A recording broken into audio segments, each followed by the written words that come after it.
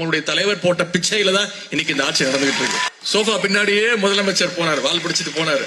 ஆனா ஆட்சிக்கு வரதுக்கு முன்னாடி அவங்களுக்கே ஆட்சிக்கு வருவோங்கிற நம்பிக்கை இல்ல. ஒரு மிகப்பெரிய விபத்து போல இந்த தேர்தல் நடந்து முடிச்சிருக்கு.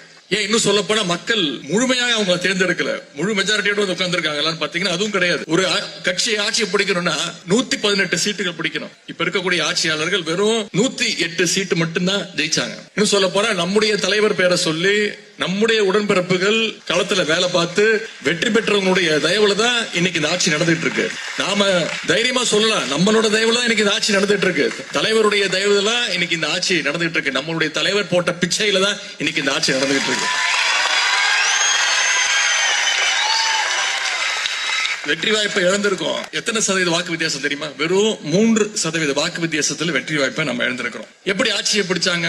ஆட்சிக்கு வந்த உடனே தொலைக்காட்சியில பாத்தீங்க தொடர்ந்து என்னென்ன நடந்துச்சு. தினமும் பனிஷ்மெண்ட் மாதிரி கவர்னர் போய் சந்திச்சுட்டு வந்துட்டு இருந்தாரு. இன்றைக்கு இருக்கக்கூடிய முதலமைச்சர் போய் இன்னைக்கு கூப்பிடுவீங்களா, நாளைக்கு கூப்பிடுவீங்களா அப்படின்னு கேட்டுக்கிட்டே இருந்தார். ஏன்னா நம்பர்ஸ் இல்ல.